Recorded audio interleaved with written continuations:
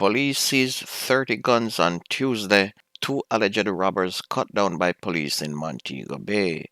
This is Undiluted News. Mikey Bones reporting. There has been another major gun find at Kingston Wharf, with the authorities seizing 24 handguns, 6 rifles, along with 32 magazines and 102 rounds of ammunition.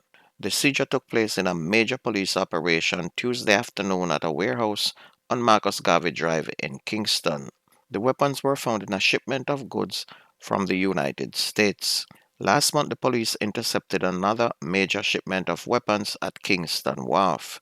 In that operation, 66 firearms, including 16 high-powered rifles and more than 4,700 rounds of ammunition, were discovered in a container shipped from the United States.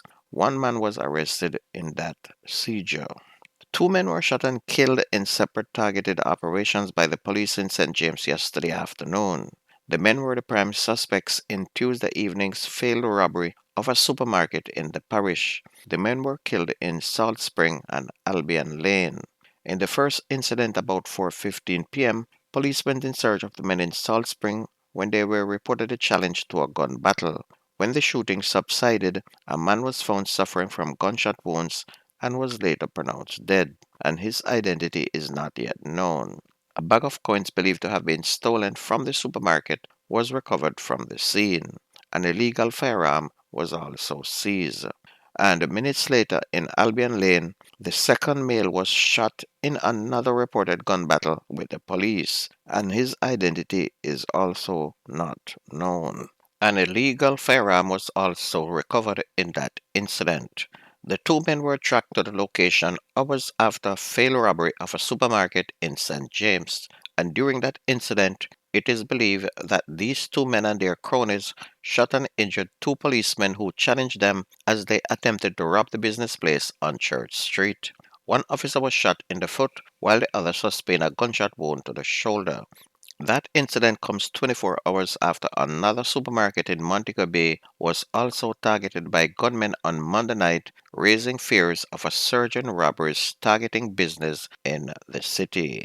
The 2 persons charged with murder and conspiracy to murder in relation to the death of a St. Elizabeth-based teacher 10 years ago are to stand trial on March 2nd of next year.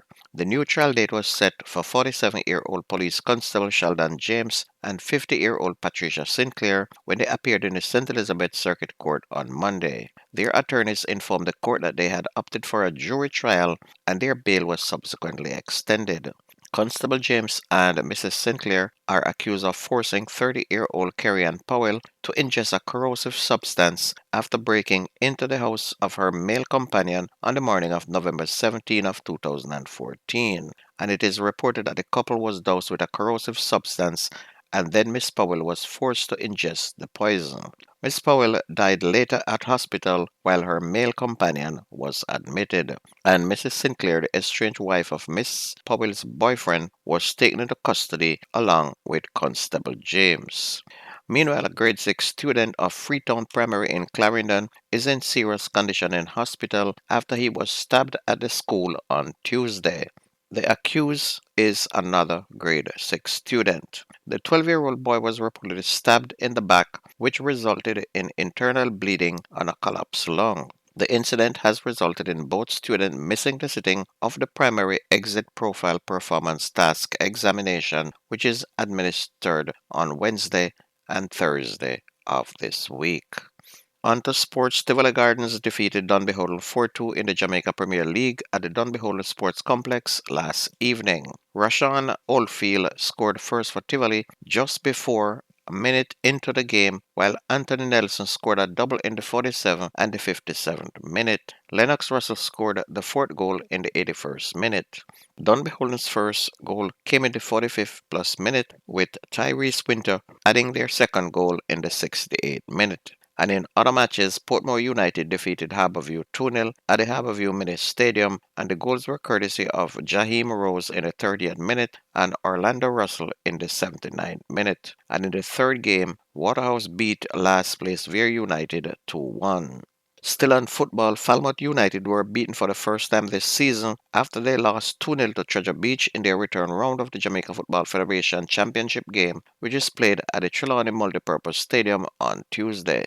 And despite having their 7-game unbeaten run ended, Falmouth United still lead Zone B with 19 points, which is 3 more than Reno, with Treasure Beach in third place with 14 points. And on Tuesday, Duncans United edged St. Bess United 1-0 at the same venue, beating the St. Elizabeth Base Club for the second time this season.